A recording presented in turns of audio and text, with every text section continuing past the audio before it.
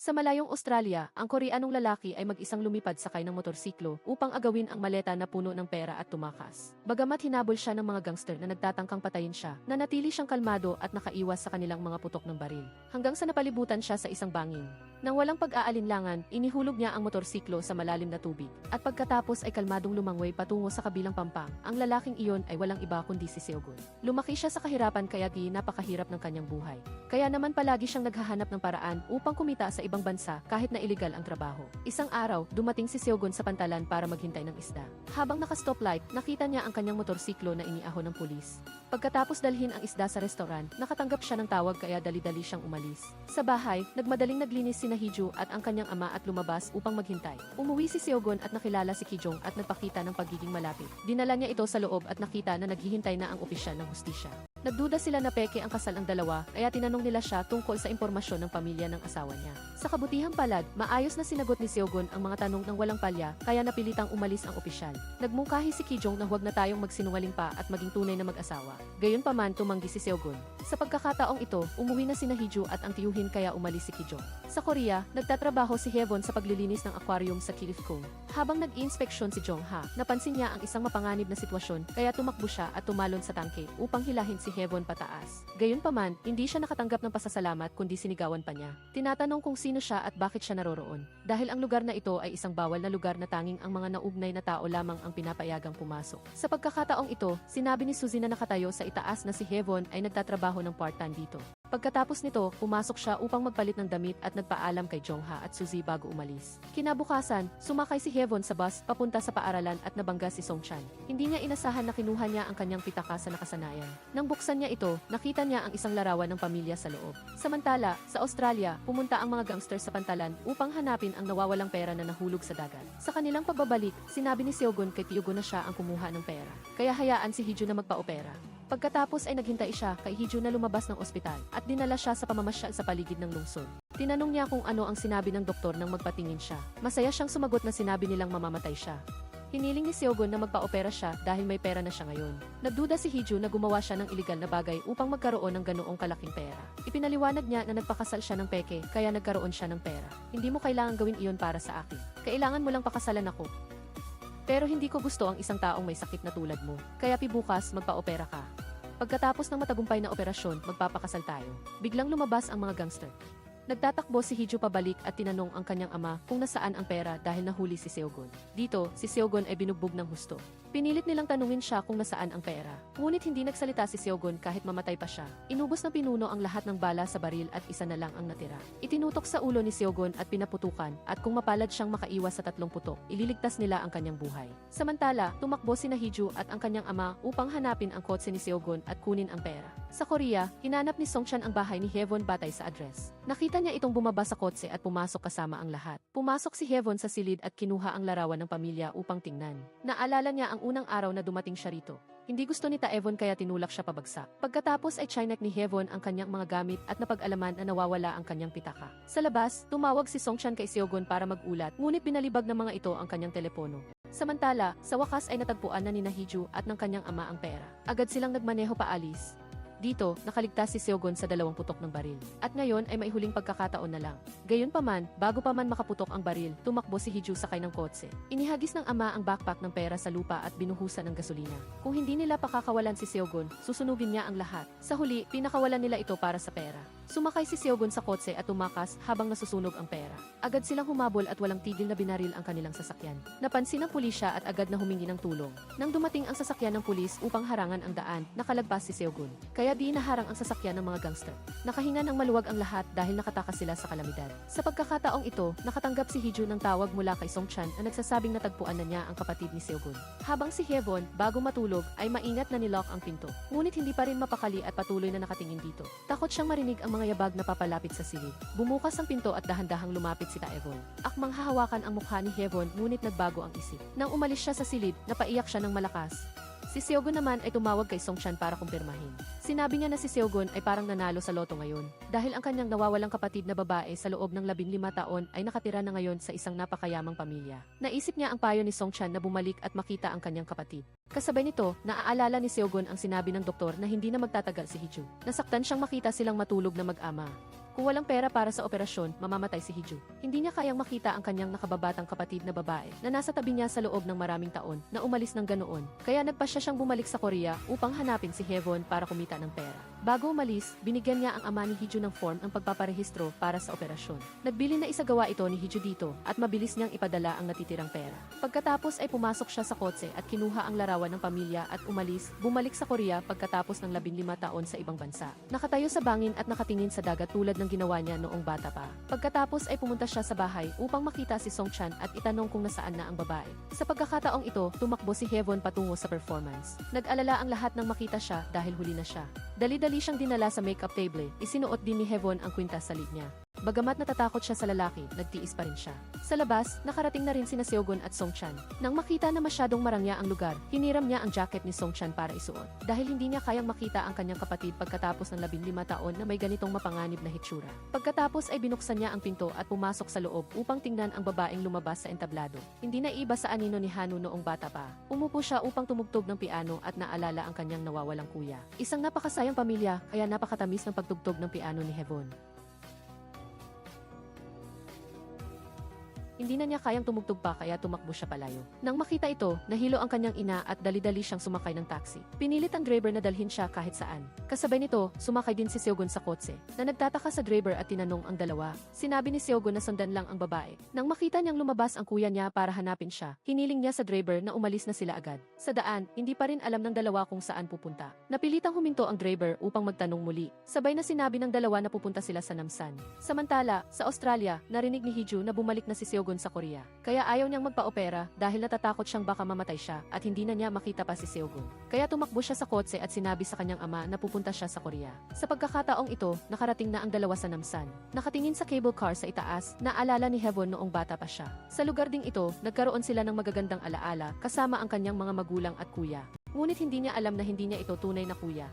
Dahil nagkasama ang kanyang mga magulang matapos magkaroon sila ng kani-kanilang mga anak. Gayunpaman, dahil sa mapait na sitwasyon, namatay sila at iniwan ang dalawang bata na walang mag-alaga. Ang nakababatang kapatid na babae na si Hanu ay inampon ng isang mayamang pamilya at pinalitan ng pangalan na Hevon.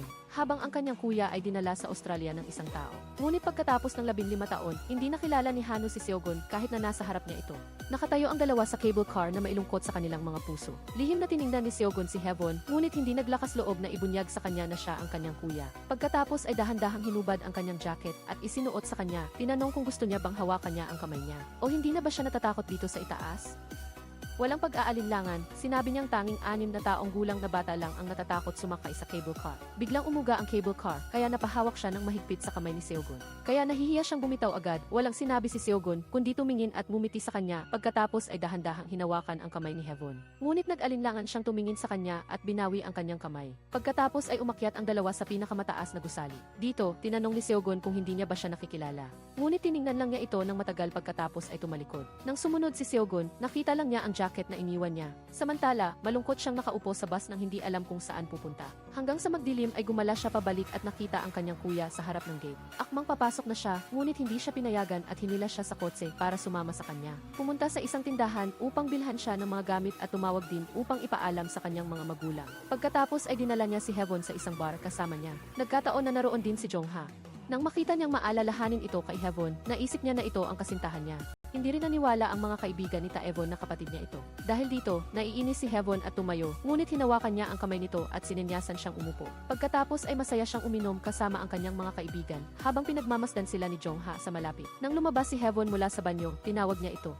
Tinanong kung bakit 3 araw siyang nagtatrabaho ng part-time sa aquarium upang kumita ng pera para sa kanyang pamilya. Kaya bakit siya narito ngayong gabi? Nagtatrabaho din ba siya ng part-time dito?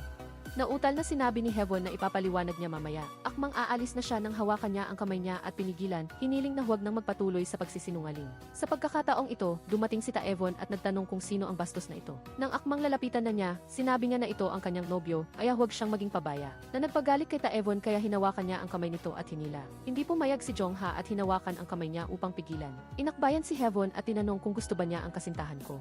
Galit na sinuntok ni Taevon si Jongha at natumba ito. Kaya nagsimula ang labanan at nagyakapan sila habang nagbubuhat sa sahig. Pagkatapos nito, dinala silang lahat sa istasyon ng pulisya. Sinabi ni Hevon na ito ang kanyang kuya na ikinagulat ni Jongha. Pagkatapos, umuwi siya muna at kinuha ang lahat ng gamit at inilagay sa baka. Sa labas, dumating din si Seogun sa tapat ng bahay niya at tumingin sa loob.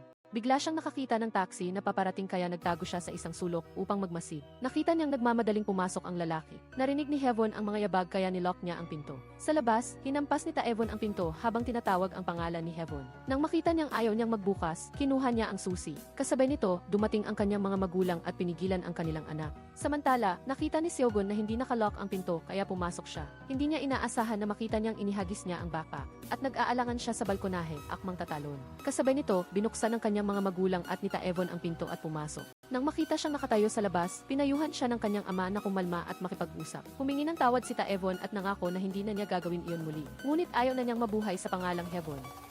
At babalik na siya bilang si Seo Hanu tulad ng dati. Kasabay nito, nagpasalamat siya sa kanyang mga magulang sa pagmamahal sa kanya sa loob ng mahabang panahon. Ngunit humingi rin siya ng tawad dahil hindi na siya makakapanatili pa rito. Pagkasabi nito, tumalon si Hevon at tumama kay Seogun. Ngunit walang oras upang magtanong, tumakbo siya upang kunin ang backpack at umalis. Nang makita niyang ligtas na siya, tinanong niya kung sino siya. Hindi sinabi ni Seogun ang kanyang pangalan at sinaway siya kung bakit siya mapanganib na tumalon mula sa itaas. Ngunit bakit siya naroon? Sinusundan ba niya ako sa buong araw? Ngunit nautal si Seogun at hindi makasagot kaya nainis siyang umalis. Gayunpaman, patuloy pa rin siyang sumunod at nagtanong kung bakit siya gumawa ng ganoong aksyon. Tumakas sa bahay sa kalagitnaan ng gabi. Bigla niyang nakita ang sasakyan ni Taevon na paparating kaya itinulak niya siya sa isang sulok at tinakpan. Naghintay hanggang sa makalampas ito at sumama sa kanya sa bus at umalis. Tahimik siyang nakaupo sa likuran at nakatingin sa kanya. Pagbaba ng bus, patuloy pa rin siyang sumunod. Naglakad siya patungo sa aquarium kung saan siya nagtatrabaho. Sa lugar na ito, naalala ni Seogun noong bata pa sila. Nagkasama rin sila sa pamimili ng isda. At ang pinakamalaking pangarap nilang dalawa ay ang magkaroon ng pinakamalaking fish tank sa mundo paglaki nila. Bulong niya, marahil natupad mo na ang pangarap na iyon. Nakinig si Hevon ngunit hindi naintindihan ang sinasabi niya. Tinanong ni Seogun kung alam ng kanyang pamilya na nagtatrabaho siya rito. Ngunit iyon ay isang lihim na ayaw niyang malaman nila. May problema ba sa bahay kaya kailangan niyang gawin iyon? Ang lahat ng bagay doon ay peke, maging ang pangalan na dala ko. Kaya gusto kong mabuhay ng totoo kahit minsan, hindi peke. At sinusubukan ko ring hanapin ang kuya ko. Nagkahiwalay kami noong bata pa. Iyon ba talaga ang dahilan kung bakit ka umalis ng bahay?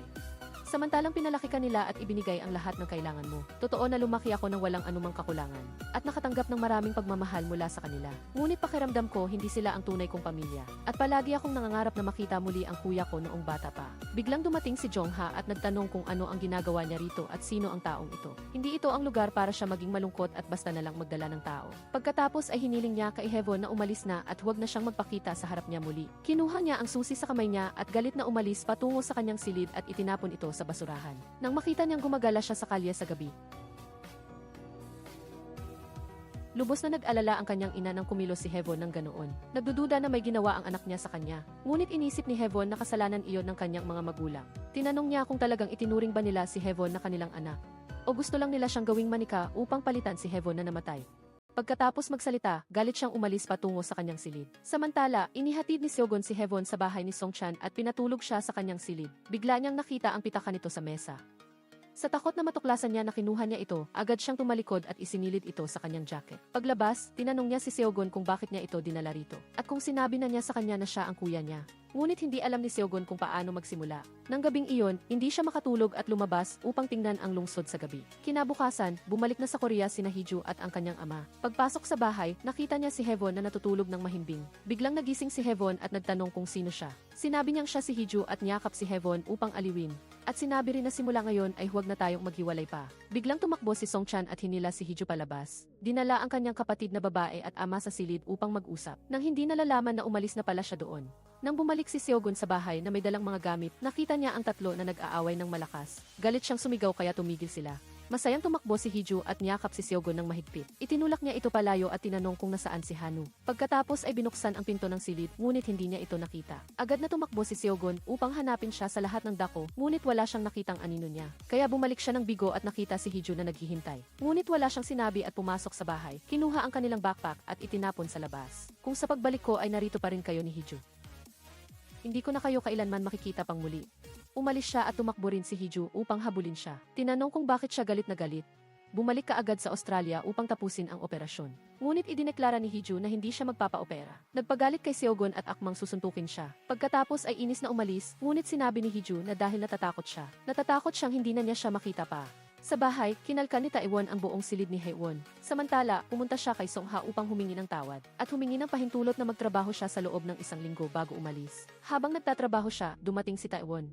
Tumalikod si Haewon, ngunit hinawakan niya ang kamay niya at hinila siya. Nang malapit na sa kotse, kinagat niya ang kamay niya para bitawan siya. Hiniling na huwag na niya siyang hawakan simula ngayon. Humingi siya ng tawad at nagpaliwanag na lasing siya kahapon. Ngunit sa ginagawa mong ganyan, hindi mo ba iniisip ang ating mga magulang? Dahil sa iyo, nalulungkot ang ating ina, kaya sumama ka sa akin at umuwi. Gayunpaman, malamig na tumalikod pa rin si Haewon. Hanggang sa nagsinungaling siya na dumating na ang kuya niya, at naghihintay na siya sa bahay.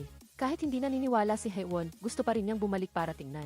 Kaya pumayag siyang sumakay sa kotse ni Taewon para umalis. Sa pagkakataong ito, dumating sina Songchan at Seogon sa aquarium upang magtanong, at nalaman na sumama siya sa kanyang kuya. Pagkatapos, dinala na si Haewon sa bahay. Tumakbo siya sa loob ngunit wala siyang nakitang sinuman. Nagsinungaling si Taewon na nasa silid daw siya sa itaas. Sa paniniwala, pumasok si Haewon sa kanyang silid ngunit nagulat nang makita ang lahat na sira. Bago pa siya makariak, dumating si Taewon at isinara ang pinto. Lumapit kay Haewon at sinabing, "Mahal kita." Labis siyang natakot at humiling na huwag niyang gawin iyon. Sa labas, nakatayo sina Songchan at Seogon nang bigla silang makarinig ng sigawan sa loob. Dito, baliw na pinilit ni Taewon siyang magpatira sa sahig at insultuhin. Sa kabutihang palad, sinipa ni Seogon ang pinto at pumasok, binugbog siya ng husto. Sinubukan ni Songchan na pigilan siya sa lahat ng makakaya niya, ngunit baliw pa ring sumisigaw si Seogon. "Papatayin kita."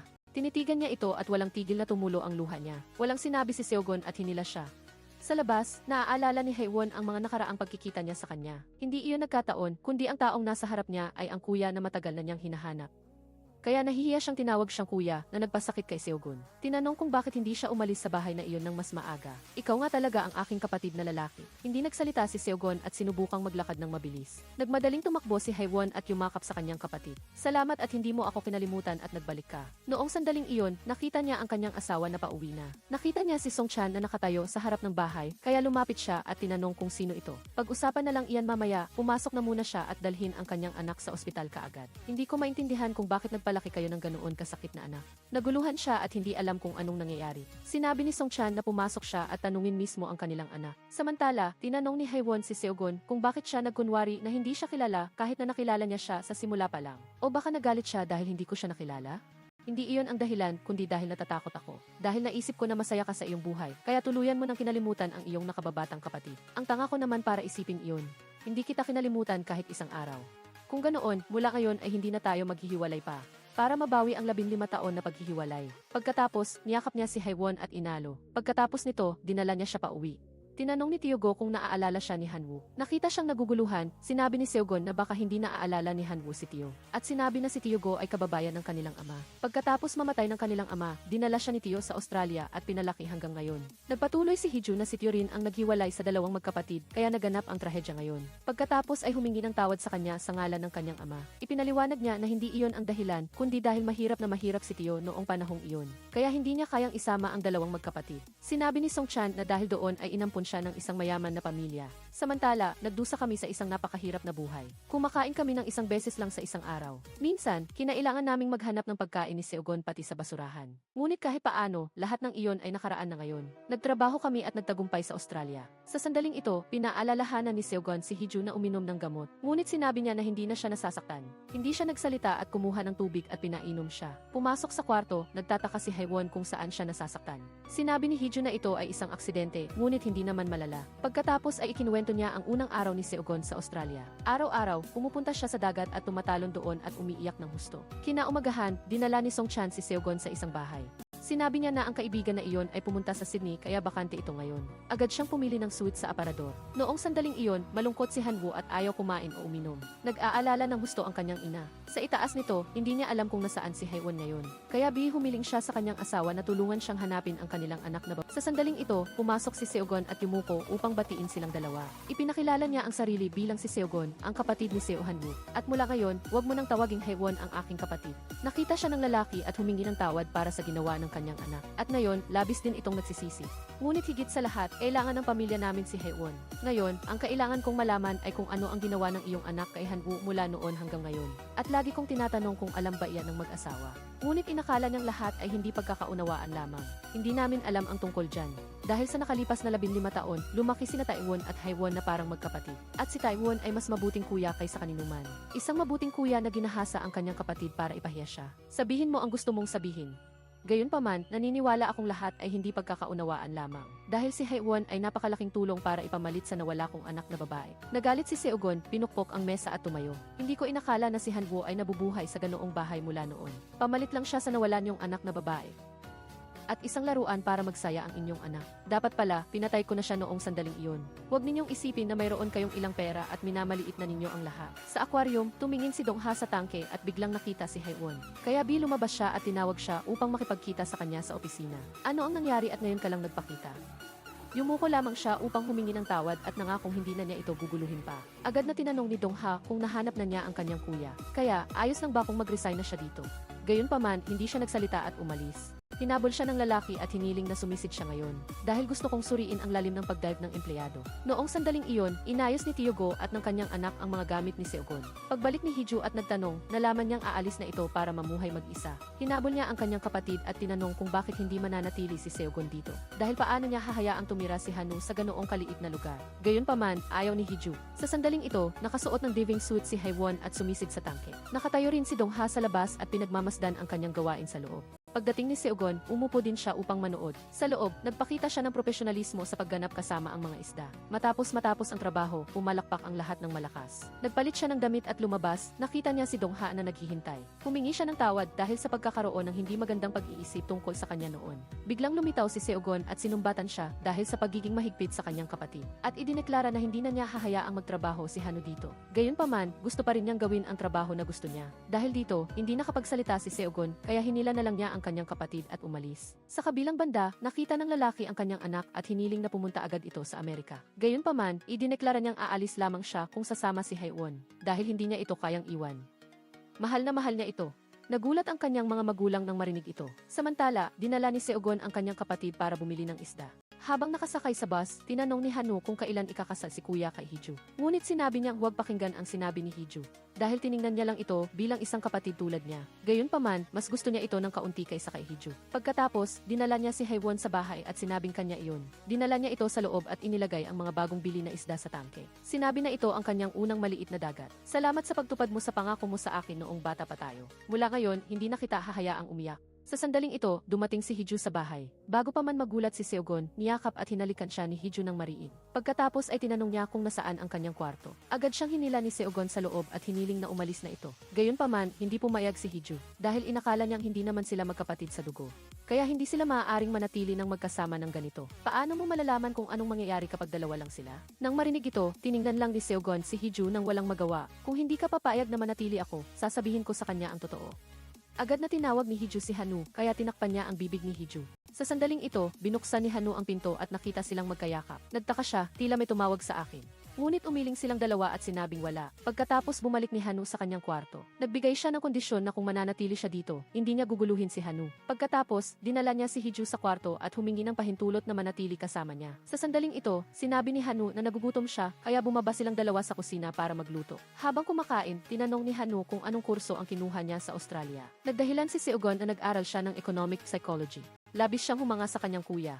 Si Hiju, na nakaupo sa tabi, ay nainis nang marinig ang pagsisinungaling ni Seogon. Kaya pinayuhan niya si Hanu na tingnan itong mabuti. Mula ulo hanggang paa, wala siyang anumang mabuti. Noong sandaling iyon, dumating si Assistant Kim sa bahay para hanapin si Seogon. Dahil wala si Seogon, hiniling niya sa mag-amang Song Chan na ibigay ang sobre kay Seogon. Nakita niya na napakalaki ng pera sa loob. Agad na tumakbo si Tiogo sa kotse at inanyayahan ang chairman na pumasok sa bahay para uminom ng tsaa, ngunit tumanggi ito. Gayunpaman, nang makita ni Tiogo ang chairman, agad niyang nakilala na ito si Director Park. Kaya tinanong niya kung nakilala siya nito. Ako si Gohan Tae, ang driver ni Chairman Seo. Ngunit sinabi niyang hindi niya ito kilala at nagmadaling sinabi kay Assistant Kim na magmaneho na. Pagkatapos, nagpunta ang mag-ama upang makipagkita kay Seogon. Ibinigay niya ang sobre ng pera na ibinigay ni Chairman Park. Agad na tinanong ni Tiogo si Seogon kung nakita na niya ang nagpalaki kay Hanu. Siya si Park Jinjun, kasosyo sa negosyo ng kanyang ama. Ngunit hindi niya alam kung bakit nagkunwari itong hindi siya kilala nang makita siya. Inakala ni Song Chan na normal lang iyon. Hindi kaya nagdududa si tatay na sinunggaban niya ang ari-arian ni Seogon. Samantala, nang dumating si Haewon sa trabaho, binigyan siya ni Jujin ng folder ng mga dokumento at sinabing dalhin iyon sa bahay ni Dong Ha para pirmahan.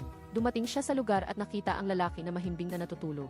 Sinubukan niya itong gisingin ngunit hindi niya kaya. Bigla siyang nakakita ng kahon ng gamot sa estante. Inakala niyang gumawa ito ng masamang bagay, kaya nagmadali siyang kumuha ng tubig at iwinisik sa mukha ni Dongha hanggang sa magising ito. Bago pa man niya maintindihan ang nangyayari, dinaganan niya ito at pinainom ng tubig. Pagkatapos, pinilit niya itong isuka ang lahat. Nagalit si Dongha, ano ba ang ginagawa mo?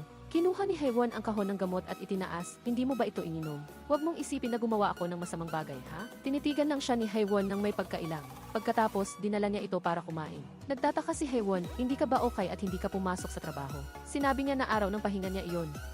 Pagkatapos kumain, dinala niya ito sa trabaho at nakita niya ang kanyang ina. Niyakap siya ng ina ni Haewon at humingi ng tawad. Hiniling niya sa kanyang ina na huwag mag-alala dahil ayos na ang kanyang pamumuhay ngayon.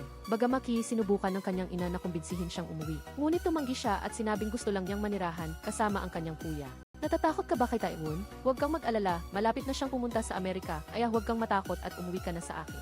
Gayunpaman, hiniling pa rin ni Haewon sa kanyang ina na intindihin siya, kaya nagalit ang kanyang ina at umalis. Noong sandaling iyon, dinala ni Seogon si Hiju sa supermarket para mamili. Hiniling ni Hiju kay kuya na huwag nang patuloy na magsinungaling kay Hanwoo.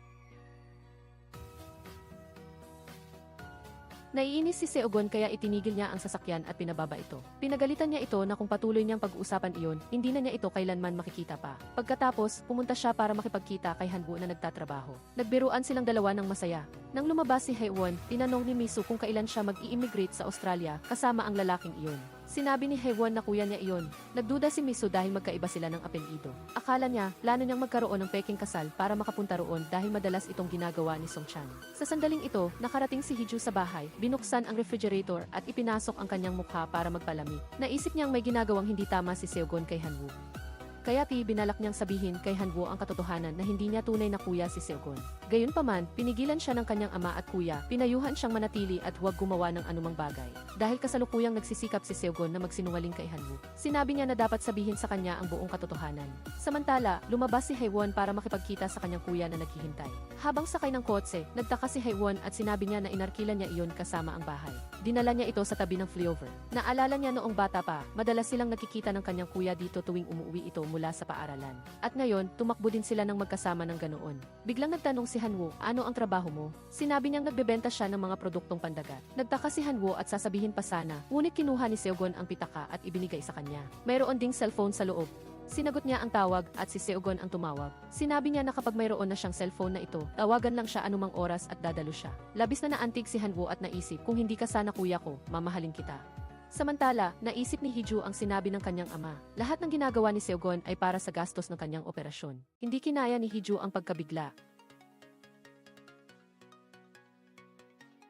Umalis siya, nagtanong si Seogon kay Songchan kung bakit. Sinabi niya na ang plano na hanapin si Hanwoo ay para lang kumita ng pera mula pa sa simula. Ngunit ngayon, dinala niya ito upang manirahan kasama niya. Biglang lumabas si Hanwoo at nagtanong kung ano ang nangyayari. Nautal si Songchan at sinabing wala, wag siyang mag-alala. Sa sandaling ito, dumating si Hiju. Nagalit si Seogon, ano ang ginagawa mo?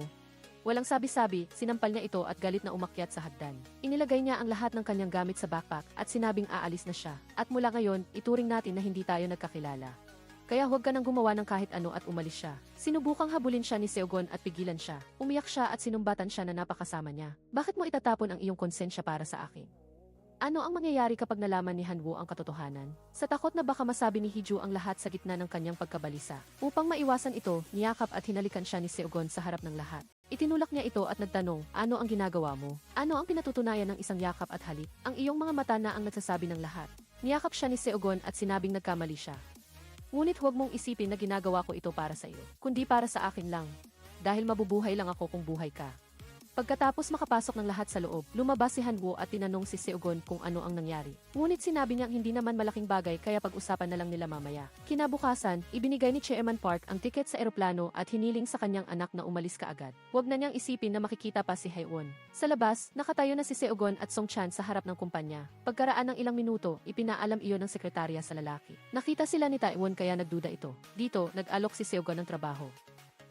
Mayroon akong branch sa Australia, dadalhin kita roon. Ikinalulungkot ko, wala akong intensyon na bumalik sa Australia dahil kailangan kong manirahan dito kasama si Hanwoo. Biglang sumugod si Taewon, hinila si Seogon at sinigawan ito. Akala ko mahal na mahal mo si Haewon, hindi pala, pera lang ang lahat. Galit na binaluktot ni Seogon ang braso ni Taewon sa likuran. Babala ko sa iyo, mula ngayon, burahin mo na ang pangalan niya sa isip mo kundi mamamatay ka. Pagkatapos, itinulak niya si Taewon at umalis. Sa aquarium, ibinigay ni Dongha ang folder kay Haewon at hiniling na sulatin niya itong muli. Pagkatapos, inanyayahan niya itong kumain kasama ang lahat ngayong gabi, upang ipagdiwang ang pagpasa niya sa pagsusulit at maging opisyal na empleyado ng kumpanya. Matapos ang oras ng trabaho, dinala ni Haewon si Seogon sa isang tindahan upang bumili ng lipstick. Sinabi niyang ipangreregalo niya kay Hiju dahil nakita niyang labis itong gumagamit ng pulang lipstick. Gayunpaman, sinabi ni Seogon na dahil namumula ang labi nito, sinadya niya itong gamitin upang walang sinumang makakita. Nakita niya na tila nag-aalala siya kay Hiju, kaya pinayuhan niya itong huwag na ganoon.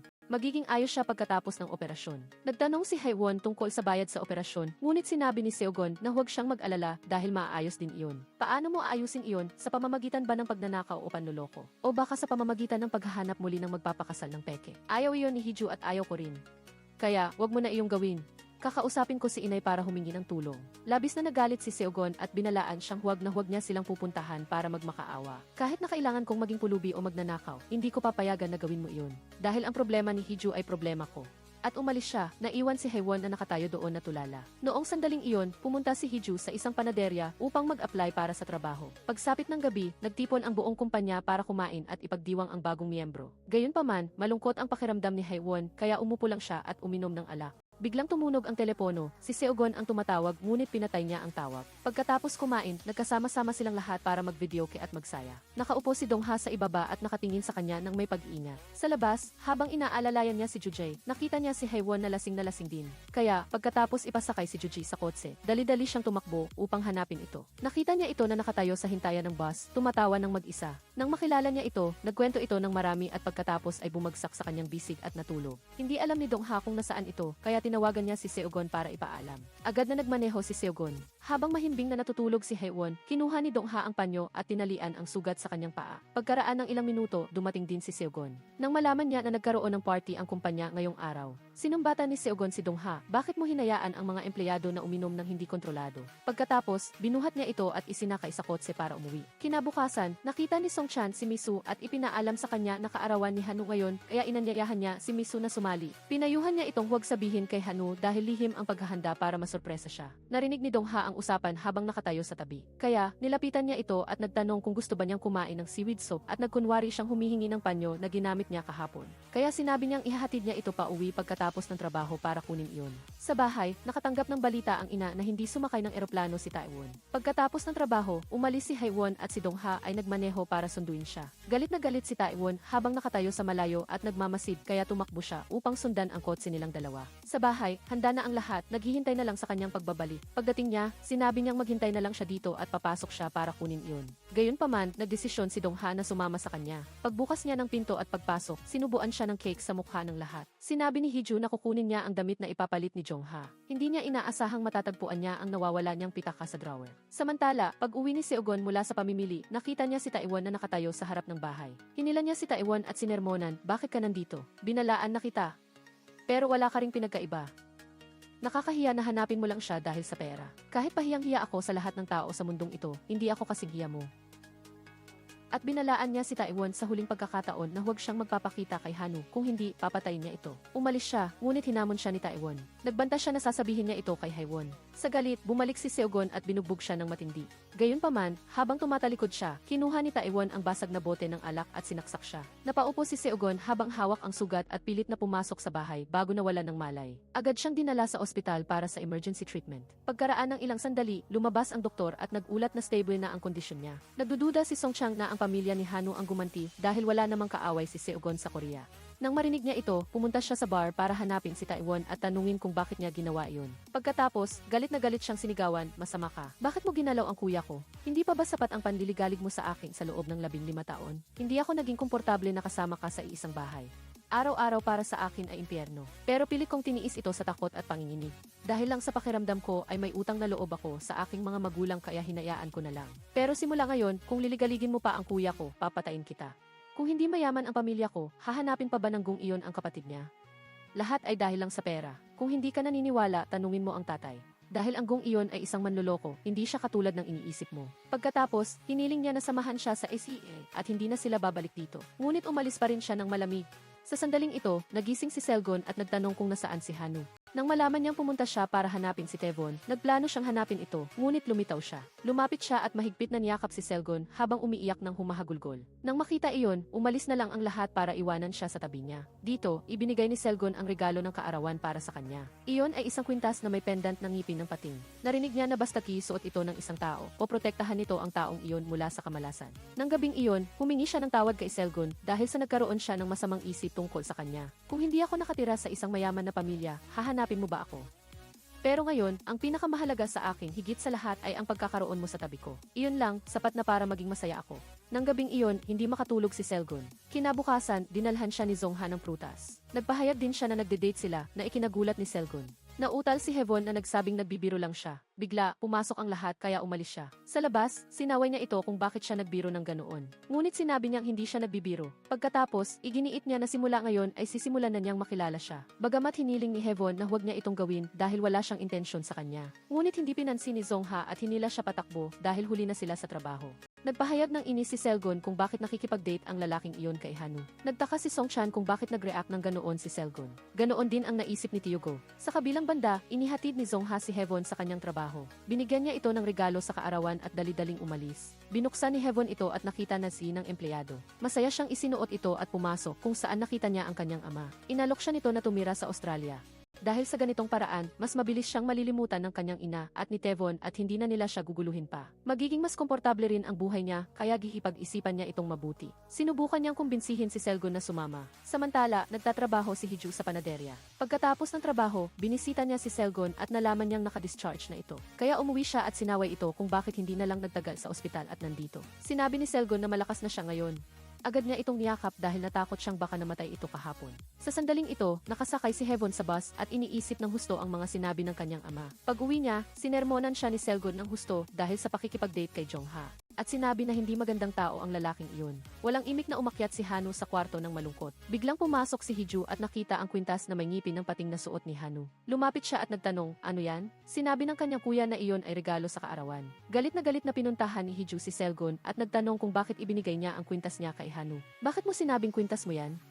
Hindi ba nangako kang ibibigay mo yan sa akin bilang kapalit ng singsing kapag ikinasal tayo? Iyon ay mga salitang sinabi mo lang sa sarili mo, hindi ako nangako kailanman.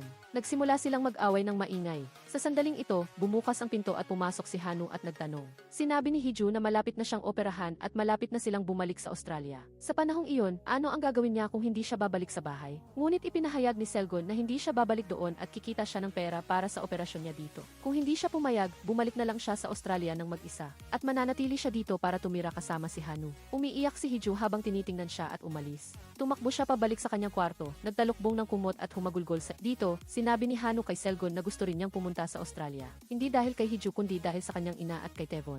Gayunpaman, sinabi ni Selgon na ang lugar niya ay dito sa tabi niya, kaya hindi niya kailangang pumunta kahit saan. Dahil pagkatapos ng 15 taon, ngayon lang tayo nagkita ulit. Ayokong may mangyari pa na magpapalayo sa atin. Kaya huwag mong pansinin ang sinasabi ng iba. Kinabukasan, pumunta si Selgon sa bahay para gisingin si Hiju. Humingi siya ng tawad dahil nagalit siya kahapon. Gayunpaman, hindi na siya babalik sa Australia. Galit na sinigawan ni Hiju, ano bang meron kay Hanu at hindi ka na babalik doon? O sadyang may iba ka nang nararamdaman para sa kanya? Sa simula, ano ang dahilan kung bakit ayaw mong tumira dito? Ano ang dahilan kung bakit ayaw mong bumalik sa Australia? Kaya, ano ang gusto mong gawin ko ngayon? O sasama ka ba sa Australia kasama si Hanu? Bakit ko kailangan gawin iyon? Dahil siya ang kapatid ko. Nakakatawa, hindi kayo magkadugo pero magkapatid. Kung ganoon, anong klaseng kapatid? Ano man ang sabihin ng iba, kapatid ko pa rin si Hanu. Dahil mula nang magpakasal ulit ang mga magulang namin, kapatid ko na siya. Hindi na iyon magbabago kailanman. Mula noong 10 taong gulang ako, umalis akong mag-isa papuntang Australia. Iniwan ko ang kapatid ko sa ampunan. Iyon ay masakit pa rin sa puso ko hanggang ngayon. At tiniis ko ang sakit na iyon sa loob ng 15 taon. Kaya ngayon, mas mahalaga sa akin si Hanu kaysa kahit sino pa. Kaya huwag na huwag kang magsasalita ng masakit sa harap niya. Kung hindi kita mapapatawad. Na hindi niya alam na ang pag-aaway nila sa loob ay narinig lahat ni Hanu na nakatayo sa labas. Kaya tumakbo siya palabas ng kalsada at humagulgol sa iyak. Nang umalis si Seogon, pinigilan siya ng mag-ama Songchan. Nagtanong si Hiju, kung sinasabi mong si Hanu ang pinakamahalaga, bakit mo sinubukan siyang gamitin para manloko ng pera? Hindi ko talaga alam kung bakit mo ginagawa ito.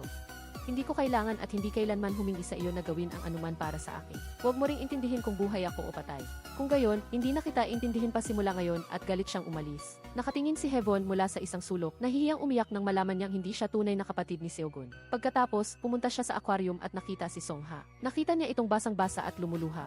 Niyakap niya ito para aliwin. Pagkatapos kumalma ni Hevon, inabutan niya ito ng alak para uminit ang katawan. Nagtaka si Hevon kung bakit hindi siya uminom, mas maganda ba ito kaysa sleeping pills. Ngunit sinabi niyang hindi niya ito gusto, dahil pagkatapos niyang malasing, nasaktan niya ang kanyang minamahal sa kanyang mga salita. Ngunit ang lahat ay nakaraan na ngayon. Inilibing ko na iyon ng malalim sa aking puso. Pagkatapos ng kanilang pag-uusap, inihatid siya ni Songha pa uwi. Nagpaalam silang dalawa ng masaya. Nakita ni Seogun ang lahat mula sa bahay. Pumasok si Hanu at tiningnan siya ng nahihiya. Nagtanong lang sila ng ilang katanungan at umalis na siya pabalik sa kanyang silid. Pagkaraan ng ilang minuto, umakyat siya para sabihan siyang bumaba at kumain ng noodles. Ngunit hindi siya kumain at naghanap pa ng dahilan para sigawan siya. Kinabukasan, hindi maganda ang pakiramdam ni Hevon, ngunit pilit pa rin pumasok sa trabaho. Pinayuhan siya ni Dudi na pumunta sa pool ngayon para maglinis dahil magkakaroon ng mga bisita. Nag-aalala si Songha na baka sipunin siya at hindi niya magawa. Ngunit sinabi niyang ayos lang siya. Sa bahay, ang mag-amang Songchan ay dumating para makita si Seogun. Inalok ni Tiogo na bumalik sa Australia at isama si Hanu. Gayunpaman, paano naman ang gastos sa operasyon ni Hiju kung babalik sila doon? Ngunit sinabi niya kay Seogun na huwag na itong isipin pa. Dahil ayaw niyang gumawa ng mali kay Hanu dahil lang sa gastos sa operasyon ni Hiju. Gayunpaman, mariin itong tinutulan ni Songchan. Dahil hindi niya maaaring hayaan na magreklamo si Hiju ng ganito. Samantala, ang mag-asawang chairman ay labis na nag-aalala para kay Tevon. Dahil hinanap na nila sa lahat ng dako, ngunit hindi nila makita ang kanilang anak. Nang umalis ang may bahay, ipinagbigay alam ng kalihim sa chairman na nakita na nila si Tevon. Agad siyang pumunta doon at nakita ang kanyang anak na lasing. Pagkakita sa kanyang ama, nagmakaawa siya na gumawa ng isang bagay upang tulungan siya, dahil sa tingin niya ay nababaliw na siya ngayon. Samantala, bumaba si Hanu sa pool para magtrabaho habang masama ang pakiramdam. Pumunta si Seogun sa aquarium para hanapin si Hanu at nakita niya itong nagtatrabaho sa loob ng pool. Nang mapansin niyang tila hindi siya ayos, agad na tumalon si Seogun sa pool para iligtas si Hanu. Sa loob, napansin din ito ni Dongha at Yuji kaya tumakbo sila palabas. Sa sandaling ito, nag-aalala si Seogun habang ginagamot siya hanggang sa magising ito. Dinala niya ito sa bahay para alagaan ni Misu. Pagkaraan ng ilang minuto, dumating din si Dongha para humingi ng tawad kay Seogun. Galit siyang sinermonan si Dongha dahil hindi nito inalintana ang kanyang empleyado. Dahil hinayaan niya itong pumasok sa tubig habang masama ang pakiramdam nito. Pagkatapos, hiniling niya kay Dongha na umalis na. Kaya umalis na lang si Dongha ng bigo. Samantala, sinabi ni Songchan sa kanyang ama ang tungkol kay Hanu. Gayunpaman, nagdududa siya dahil dati ay napakahusay ng kumpanya ng pamilya ni Seogun. Bakit siya ipinadala sa ampunan pagkamatay ng kanyang mga magulang? Sa sandaling ito, nagising na rin si Hanu. Humingi siya ng tawad dahil nagalit siya ng walang dahilan kahapon. Ngunit hindi siya sinaway at pinayuhan lang ang kapatid na alagaan ang kalusugan nito. Nagtanong si Hanu kung bakit siya hinanap. Lahat ay dahil sa iyo. Dahil sa mga alaala noong kasama kita na hindi ko malilimutan. Dahil magkasama tayong dumaan sa sakit ng pagkamatay ng ating mga magulang. Kaya palagi akong mausisa kung paano ka lumaki. Kaya palagi kong hinahangad na makita ka ulit. Kinabukasan, pumunta si Hanu sa bahay para makita si Hijo. Nang makita siya, agad na itinago ni Hijo ang 2 kahon ng gamot na iniinom niya. Pinayuhan niya si Hijo na umuwi at tumira kasama siya at si Seogun. Dahil nalulungkot ang kanyang kuya pagkatapos niyang umalis. Ngunit sinabi niya na wala siyang ginagawa para tulungan si Seogun. Pinag-aalala ko lang siya lalo. Pagkatapos, pumunta si Hanu sa silid ni Dongha at yumuko para humingi ng tawad. Gayunpaman, galit pa rin siya. Sinigawan niya ito kung bakit pilit siyang nagtatrabaho kahit masama ang pakiramdam niya. Gusto mo bang maging ghost ng tubig o pagkain ng isda? At naiinis siyang pinalabas. Akmang tatalikod siya nang niyakap siya nito. Salamat at maayos ka. Samantala, pumunta si Hijo sa aquarium para makita si Seogun. Pagkakita sa kanya, tumakbo siya at mahigpit siyang yakap. Nakita rin ni Dongha at Hanu ang eksenang ito. Kaya malungkot siyang umalis. Dito, humingi ng tawad si Hijo kay Seogun. At nangako na hindi na siya magsasalita ng padalos-dalos kay Hanu. Ipinagtapat din niya na mahal niya ito. Pagkatapos, umuwi silang dalawa. Nang makita ni Hanu na masaya si Hijo, natuwa rin siya. Sinabi ni Seogun na pumasok siya sa silid para mag-usap sila. Nagtanong, bakit mo ginawa iyon? Dahil alam kong gusto mo si Hijo. Bakit hindi mo ipinagtapat ang nararamdaman mo sa kanya? Hindi mo ba sinabi sa akin na tinitingnan mo lang si Hijo bilang isang kapatid? Ngunit hindi kayo magkadugo, kaya anong klaseng kapatid iyon? Pagkatapos, hinubad niya ang kwintas at isinoli sa kanya at sinabing ibigay niya iyon kay Hijo. Nagtanong din kung bakit hindi siya bumalik sa Australia. Dahil hindi na ako ang 6 na taong gulang na bata na kailangan mo sa tabi ko palagi. Maaari akong mabuhay ng maayos kahit wala ka. Sige, babalik ako sa Australia tulad ng gusto mo. Tulad ng pamumuhay natin sa loob ng 15 taon. Nang gabing iyon, hindi makatulog si Hanu at umiyak lang ng umiyak. Kinabukasan, pumunta si Hijo sa aquarium para hanapin si Jongha. Tinanong niya kung gusto niya ba talaga si Hanu. Pinayuhan niya na kung totoo ang nararamdaman niya, sabihin niya ito sa kanya. At nagbanta na huwag niyang sasaktan si Hanu. Sa loob, lihim na sinusubaybayan ni Tevon si Hanu. Samantala, ang ina ay nakatingin sa larawan ng pamilya sa bahay, nasasaktan at umiiyak. Bigla siyang nakatanggap ng tawag kaya dali-dali siyang umalis. Samantala, dinala ni Jongha si Hanu sa panaderya kung saan nagtatrabaho si Hijo. Sa sandaling ito, dumating din si Seogon. Humingi siya ng tawad kay Jongha dahil sa mga bastos na salita niya noon. At inanyayahan niya si Jongha na uminom ng alak kasama siya. Gayunpaman, pinigilan siya ni Hanu dahil hindi umiinom si Jongha. Nang makita ni Seogon kung paano nag-aalala si Hanu kay Jongha, nalungkot siya. Kaya tinanong niya si Hanu kung formal na siyang nakikipag-date kay Jongha. Sinabi niyang pinag-iisipan pa niya iyon, na nagdulot kay Seogon na mainis kay Jongha. At hiniling niya na hanggang walang sagot si Hanu, huwag siyang lalapit sa kapatid niya. Pagkatapos, galit siyang umalis at sinundan din siya ni Hijo at Hanu. Bigla siyang nakatanggap ng tawag mula sa kanyang ina na nagbabalita tungkol kay Tevon. Tumakbo siya at nagtanong kung anong nangyari. Nagmakaawa ang kanyang ina na kausapin niya si Tevon dahil ayaw nitong magpagamot. Pumasok siya sa silid at nakita si Tevon na nakabaluktot at nalungkot siya. Nagtanong, bakit ka kumikilos na parang tanga? Hindi mo ba iniisip ang nanay na nawalan na ng isang anak? Ngayon, kailangan niya ulit masaktan sa pagkawala ng isa pa niyang anak. Kaya magising ka at tumayo. Sinabi ni Tevon na hindi niya kapatid ang iigong iyon. Dahil lang sa pera. Ngunit hindi pa rin naniwala si Hanu at sinabi niya na alagaan niya ang sarili niya ng mabuti. Pagkatapos, lumabas siya at niyakap ang kanyang ina para aliwin. Sa daan, sinaway ni Seogon, bakit ka pumunta dito? 44, gayong ganyan ang pagtrato sa iyo ni Tevon. Habang ginawa ito ni Tevon sa iyo. Pero naging kuya mo pa rin siya. Niyakap lang ni Seogon si Hanu para aliwin at payuhan na kalimutan na ang lahat. Pag-uwi nila, pinakiusapan ni Songchan si Seogon na sumama sa kanya. Dito, ipinakita niya kay Seogon ang mga papeles. Dahil inimbestigahan niya ang mga ari-arian na iniwan ng kanyang mga magulang nang sila ay namatay. Iyon ay isang villa, isang kumpanya at maraming lupa. Bagamat walang tiyak na sagot sa kasalukuyan. Ngunit ang lihim na pag-ampo ng Chairman Bae kay Hanu ay kahina-hinala. Habang nakita kong nagpapanggap ang aking ama na walang alam, maaaring ginagamit niya si Hanu para kunin ang lahat ng ari-arian. Kaya dapat mong pigilan ito dahil iyon ang iyong ari-arian. Hiniling ni Seogon kay Songchan na imbestigahan pa si Chairman Bae. Pagkatapos ay pumunta si Hanu sa trabaho at sinabi ni Misu na sina Songchan at Seogon ay nagtatrabaho sa Taesung Group. At parang may pinaplano sila kaya naririnig niya na kailangan itong maging matagumpay. Nagmamadaling umalis si Hanu pagkarinig nito. Sa sandaling dumating sina Seogon at Songchan sa grupo, dumating din si Hanu sakay ng taxi. Sobrang nalungkot siya nang makita niya silang dalawa na pumasok. Dito, hiniling ni Chairman Bae kay Seogon na bumalik sa Australia. Ibibigay niya sa kanya ang karapatang pamahalaan ang sangay doon. Ngunit tinanong niya kung bakit gusto niyang bumalik siya doon. Ipinaliwanag niya na dahil sa pagdating ni Seogon, nasira ang kanyang pamilya. Umalis sina Tevon at Hevon sa bahay na nagdulot ng labis na kalungkutan sa kanyang asawa. Kaya isama mo si Hanu. At naisip din ang namatay na kaibigan, kaya gusto niyang tulungan si Seogon. Gayunpaman, nagtanong si Songchan tungkol sa mga ari-arian na iniwan ni Chairman Seo. Ngunit sinabi niya na maraming miyembro pa ang naroon. Dahil si Seogon ang tagapagmana, hiniling niya kay Chairman Bae na sabihin sa kanya ang lahat tungkol sa kumpanyang ito. Paglabas nilang dalawa, may text message si Hanu. Agad siyang nagmaneho patungo sa tagpuan para makita si Hanu. Dito, tinanong niya kung humihingi ba siya ng pera sa kanyang pamilya. At iyon din ang tanging dahilan kung bakit siya nagpunta para hanapin siya. Hindi alam ni Seogon kung paano magpaliwanag, kaya umamin na lang siya sa lahat. At inisip na hindi siya nagkamali sa paggawa nito. Kung hihingi pa ng higit pa, hindi ito labis dahil sa ginawa ni Tevon sa kanya.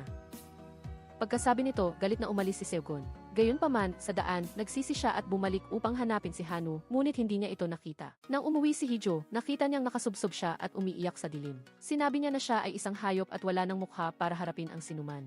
Hindi alam ni Hijo kung anong nangyari, kaya niyakap lang niya ito para aliwin. Sa kabilang banda, nang umuwi ang misis, nakita niyang nakaupo at naghihintay ang kanyang anak na babae. Pagpasok sa bahay, nalaman niyang umalis para sa business trip ang kanyang ama. Kaya naman, humingi siya ng pahintulot sa kanyang ina na matulog doon ngayong gabi. Kinaumagahan, paggising ni Hanu Haiwon pinakiusapan siya ng matanda na huwag nang bumalik doon. Bagamat di labis niyang mahal si Hanu, ayaw niyang makita ni Tevon na muli siyang nasasaktan. Pagkatapos, niyakap niya si Hanu at humingi ng tawad. Nagpunta siya sa aquarium para magtrabaho na may pusong labis na nalulungkot. Dumating si Jongha at nagtanong, kaya inanyayahan niya itong sumama sa kanya sa isang lugar. Sabay silang sumakay sa cable car. Gusto ni Hanu na sumama kay Jongha doon upang kalimutan ang lahat ng may kinalaman kay Seogon. Ngunit sa lugar ding iyon, ang mga alaala tungkol sa kanya ay lumitaw muli ng buo. Pagdating sa pinakamataas na lugar, ang tanawin sa paligid ay talagang mapayapa. Gayunpaman, walang nakita si Jongha na interesante. Kaya, pinakiusapan niya itong ihatid siya sa bahay. Pagdating doon, mag-isa siyang pumasok nang hindi man lang nagsasalita at dumiretso sa kanyang kwarto. Kinuha niya lahat ng kanyang damit at inilagay sa kanyang backpack upang umalis. Tumakbo si Seogon papalabas, hinawakan ang kanyang kamay at pinigilan siya. Gayunpaman, iniling niya dito na huwag na siyang pansinin mula ngayon. dahil hindi mo ako kapatid na lalaki. Nang muling magpakasal ang aking ina, isinama niya ako upang tumira kasama ka at itinuring nating magkapatid ang isa't-isa. Ngunit ngayon napatay na ang ating mga magulang, wala na tayong kinalaman sa isa't-isa. Nagmakaawa si Seogon kay Hanu na pumasok sa bahay upang makapagpaliwanag siya. Gayunpaman, hindi siya nakinig sa anumang sasabihin nito. Narinig din ni Jongha ang lahat sa labas kaya pumasok siya. Pinayuhan niya si Seogon na hayaan nang umalis si Hanu sa lugar na iyon. Kaya, sumakay siya sa kotse at umalis sila kasama si Jongha. Sa daan, nakita niya itong malungkot. Huminto si Jongha at nagtanong, saan tayo pupunta ngayon? Dahil hindi ako makakapagmaneho ng ganito nang hindi ko alam ang aming destinasyon. Kaya, inanyayahan niya itong ihatid siya sa isang kalapit na inn. Gayunpaman, dinala siya nito sa sarili nitong bahay. At nagluto pa ng kimchi ramyeon para sa kanya. Habang kumakain, naisip niya ulit si Seogon kaya sinigawan niya ito ng masamang hayop. Sinabi niya kay Jongha na hinahanap lang siya nito dahil sa pera. Kahit na dating magkapatid sila, ngayon ay hindi na. Dahil kung pinalaki ako ng isang mahirap na pamilya, siguro hindi na niya ako hinanap pa. Hindi ko rin sana nalaman ang mapait na katotohanan ito at lagi ko siyang aalalahanin. Sa kabilang banda, nakatayo lang si Seogon at nakatingin sa fish tank. Sinabi niya kay Hijo na huwag nang mag-alala ng labis dahil lilipas din ang lahat. Ngunit nagdalamhati ito at humingi ng tawad kay Seogon dahil sa kanya, sina Hanu at Seogon ay nagdusa ng ganoon. Niyakap niya ito at nangako na ibabalik niya si Hanu. Kaya huwag kang makonsensya. Pagkatapos, nagpunta siya sa aquarium, ngunit nakakandado na ang pinto. Ngunit matyaga siyang naghintay kay Hanu hanggang umaga. Nang makita niya ito, humingi siya ng pagkakataon na magpaliwanag. Totoong hinanap kita noong una dahil sa pera. Ngunit talagang namiss kita, kaya gusto kitang makita ulit. Kung hindi ako pinalaki ng isang mayamang pamilya, sigurado ka bang hahanapin mo ako? Kahit na hindi na kailangan ni Hijo ng operasyon, tiyak na mahahanap mo pa rin ako. Siguro dahil nakonsensya ka nang iwanan mo ako noong nakaraang taon. Gayunpaman, hindi na mahalaga iyon ngayon dahil hindi kita kapatid na lalaki. Pagkasabi nito, tumalikod siya at iniwan si Seogon na nakatulala doon. Biglang tumawag si Song Chan. Agad siyang sumama kay Song Chan sa kumpanya at nakita niya si Taebon. Nakita niya ang assistant na yumuko at tinawag si Seogon na si. Pagkatapos, sumakay silang lahat sa elevator at nagpunta sa opisina kung saan siya magsisimulang magtrabaho. Ang unang bagay na hiniling ni Seogon sa assistant ay hanapin ang pinakamahusay na ospital sa puso sa South Korea. Samantala, pumasok si Taebon sa silid at tinanong ang kanyang ama kung anong nangyari. Bakit nagtatrabaho dito ang hayop na iyon? Mayroon ba siyang kahinaan na hawak nito? Gayunpaman, hiniling lamang ng kanyang ama sa kanya na magpanggap na hindi alam. Sakto namang dumating si Seogon kasama si Song Chan. Tinanong ng kanyang ama si Seogon, gusto mo ba ang inihanda kong opisina? Inisip ni Seogon na ito ay higit pa sa inaasahan niya. Agad namang nagtanong si Song Chan kung nasaan ang opisina niya. Biglang hinampas ni Taebon ang mesa at umalis. Si Hanu naman, dahil ayaw niyang abalahin si Jongha, nagpaalam siyang uwi na siya ngayong araw. Pagkatapos ng trabaho, lumabas siya at pinilit siya nitong sumakay sa kotse niya. Pagdating sa bahay, kinuha niya ang susi, binuksan ang pinto at pumasok. Naghintay siya hanggang umalis si Jongha bago umalis din si Hanu sa lugar na iyon. Mag-isa siyang gumagala sa kalye, hindi alam kung saan pupunta. Naghanap siya at umupa ng kwarto sa isang motel. Kinabukasan, binigyan ni Song Chan ng business card si Misu. Hindi niya inaasahan na naging direktor ito ng Taesong Group. Sinabi nito na nag-aaway sina Seogon at Hanu kaya humingi siya ng tulong dito para magkabati silang dalawa. Kaya, pagkatapos ng trabaho, inanyayahan ni Misu si Hanu na maghapunan.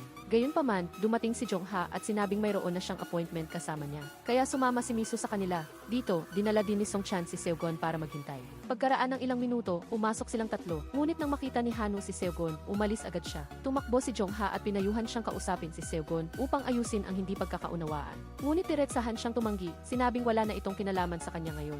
Biglang tumakbo si Seogon at pinilit siyang makipag-usap. Tinanong niya kung nasaan siya ngayon at kung kasama niya ang hayop na iyon. Nagde-date kami, kaya huwag kang magsabi ng ganyang mga walang ingat na salita. Wala kang kinalaman sa buhay ko, kaya huwag kang makialam.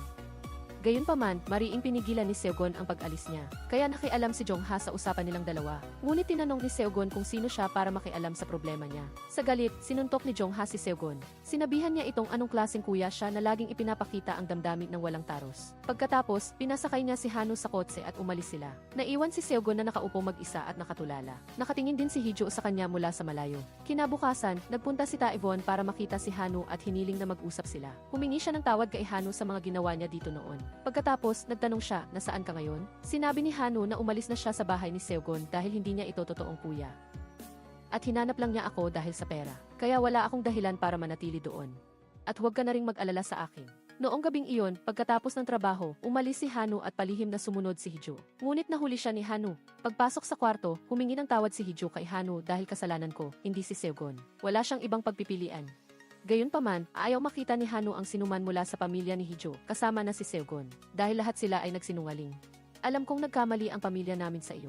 Ngunit tungkol kay Seogon, nang marinig niya ang balita tungkol sa iyo, hindi siya nag-isip ng 2 beses at nagmadaling bumalik upang hanapin ka. Sa tingin ko, hindi iyon dahil sa pera. Nang nasa Australia pa siya, lagi niyang dala ang larawan ng pamilya at hindi kailanman inalis iyon. At palagi niyang naalala ang kaarawan mo. Marahil ang pera ay dahilan lang at talagang na-miss ka niya.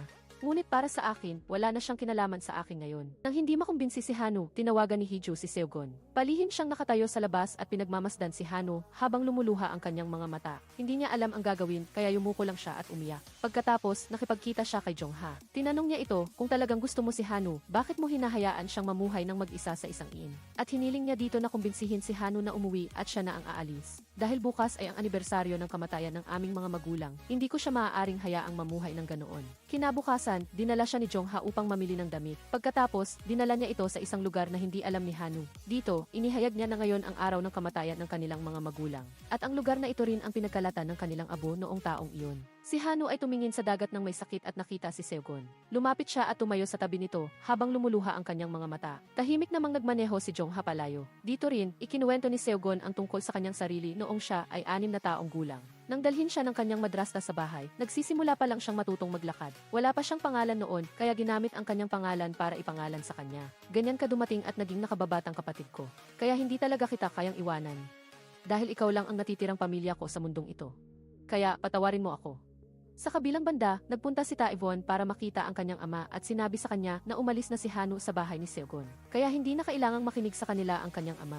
Samantala, masayang nagpunta si Hanu sa supermarket para mamili. Pag-uwi niya, nakita niya si Taewon. Nagtanong siya, bakit ka nagsinungaling na umalis ka na dito? Pagkatapos, pinayuhan niya itong bumalik sa bahay. Dahil mula ngayon, ako na ang aalis. Maglalaho ako sa harap mo kaya huwag ka nang tumira sa bahay na ito. Ngunit sinabi niya, hindi iyon totoo at pinayuhan siya na umuwi at huwag nang mag-alala ang kanyang ina. Gayunpaman, pinilit siyang hilahin ni Taewon papasok sa kotse. Sakto namang dumating si Seogon at nakita niya ito kaya hinabol niya sila. Galit na sinigawan niya si Taewon na huminto. Ngunit lahat ay walang kabuluhan. Ang eksenang ito ay hindi naiba sa nangyari noon. Ang lalaking nagmamaneho ng kotse kasama ang madrasta niya na siyang nagtulak sa kanyang ama na humabol ng galit at sumigaw na huminto. Ngunit sa kasamaang palad, nawala ng kontrol ang sasakyan at nahulog sa bangin. Agad siyang tumakbo palabas ng kotse. Samantala, tumakbo ang kanyang ama pababa at hinila ang kanyang madrasta palabas. Sa itaas, sinubukan ni Seogon na ikaway ang kotse upang humingi ng tulong. Nang makarating siya at tawagin ang kanyang ama, sumabog ang sasakyan na ikinamatay ng kanyang ama at madrasta mula noon. Napatayon na lang si Seogon at sumigaw sa kawalan ng pag-asa. Gayunpaman, sa malabong usok noong oras na iyon, nakita ni Seogon ang isang lalaking tumatakbo palayo. Biglang natauhan si Seogon at tumakbo upang ilabas si Hanu mula sa kotse. Balak niyang suntukin si Taewon ngunit pinigilan siya ni Hanu. Kaya naman, hinayaan na lang niya ito at inihatid si Hanu pa uwi. Sa daan, hindi niya makalimutan ang nakakatakot na eksena. Palagi niyang tinatanong ang sarili kung sino ang lalaking nagdulot ng trahedya na iyon. Sa sandaling iyon, lumitaw ang imahe ni Chairman Bae at ang hinala ni Uncle Gogo tungkol sa kanya. Bigla, lumabas sa isip niya ang mukha ng lalaking nagmamaneho ng kotse kasama ang kanyang madrasta noon. Walang iba kundi si Chairman Bae. Laging iniisip ni Seogon ang mga sinabi ni Chairman Bae. Nang maalala na niya ang lahat, mag-isa siyang nagpunta para makita ang chairman. Sinabi niyang siya ang nagdulot ng pagkamatay ng kanyang mga magulang. Ang pamimilit sa madrasta na sumakay sa kotse ang naging sanhi ng aksidente. Gayunpaman, itinatwa niya ang lahat. Iniisip na dahil sa pangangailangan ni Seogon ng pera, kaya naghahanap ito ng paraan para takutin siya ng walang taros. Nagdeklara si Seogon na hahanapin niya ang katotohanan. Sa kabilang banda, tumakbo si Hanu sa kwarto upang makita si Jongha. Kinuha niya ang wallet nito at inilagay ang larawan niya para makita siya nito sa lahat ng oras. At hiniling niya dito na patayin ang telepono dahil ngayon ang una nilang date. Ngunit paglabas nila, tinawag sila ni Misu at Zuzi. Hinila nila ang dalawa para uminom, para pakinggan ang dalawa na nagkukwento ng kanilang kalungkutan. Pagkatapos ng inuman, inuwi na lang ni Jongha si Hanu sa bahay. Sinabi niya dito na magsisimula silang mag-date ulit bukas dahil nasira ito ng lahat ngayon. Pagkatapos, dahan-dahan niyang hinalikan ang noo ni Hanu para magpaalam. Nakita ni Seogon ang lahat nang umuwi siya. Nang magkita sila, tinanong ni Hanu si Seogon kung ano ang naramdaman niya nang una niyang makita si Hijo. Gayunpaman, sinabi niyang kapatid lang ang turing niya kay Hijo kaya wala siyang anumang nararamdaman. Pagkatapos, sinabi niya na mula ngayon gusto lang niyang maging masaya siya, kaya kalimutan na ang lahat ng nakaraan. Kinabukasan, ipinaalam ni Seogon kay Jongha ang tungkol sa mga naaalala niya. Pinayuhan niya si Seogon na mag-ulat sa pulisya. Gayunpaman, wala siyang ebidensya at masyadong matagal na ang nakalipas. kaya tiyak na walang maniniwala sa kanya. Una sa lahat, kailangan kong malaman kung bakit niya ginawa iyon. Pagkatapos, tumakbo si Hanu pa uwi upang bisitahin ang kanyang ina na may sakit. Sinabi ko na sa iyo na huwag ka nang pumunta dito. Kung ayaw mo akong makita, magpagaling ka na agad. Nang magtanong si Seogon sa aquarium, nalaman niyang umuwi na ito. Dito, nagpaalam siya sa kanyang ama at umalis. Mula sa malayo, nanonood din si Seogon mula sa loob ng kotse. Pagkatapos, pumasok siya sa bahay upang makita ang chairman. Nagtanong siya, hindi pa ba sapat ang ginawa mo kay Hanu kaya gumawa ka ng dahilan para bumalik siya dito? Sa sandaling iyon, lumabas ang asawa ng chairman at nagtanong kung anong nangyayari. Hiniling ni Seogon na huwag nang gambalain si Hanu mula ngayon. Sumigaw ang ginang, ano ang karapatan mo para gawin yan? Gayong si Hanu ay isang bata na inalagaan ko sa loob ng 15 taon. Sakto namang dumating si Taevon. Binalaan niya si Taevon na kung maglakas loob itong ilabas ulit si Hanu sa ganoong paraan, hindi niya ito palalampasin. Pagkatapos ay umalis siya ng galit dahil ayaw niyang masaktan si Hanu kapag nabunyag ang buong nakaraan ng chairman. Naisip niyang ipadala ito sa ibang bansa upang mag-aral. Kaya nagpunta siya para makita si Jongha at hiniling na magkunwari itong ang kumpanya ang nag-utos sa kanya na mag-aral sa ibang bansa. At kung maaari kang sumama, lubos akong magpapasalamat. Labis na nag-isip si Jongha kaya nagpunta siya para makita si Hanu. Nagtanong siya, balak mo bang gawin ang trabahong ito habang buhay? Sinabi ni Hanu na mag-aaral siyang muli sa kolehiyo. Kung gayon, mag-aral tayo sa VFIS ng magkasama. Iyon ang plano at isinama na kita sa listahan. Gayunpaman, tila nag-aalinlangan si Hanu. Idinagdag pa niya na hindi siya komportable na kasama niya si Seogon sa iisang bahay. Dahil, sa huli, hindi siya ang totoong kuya mo.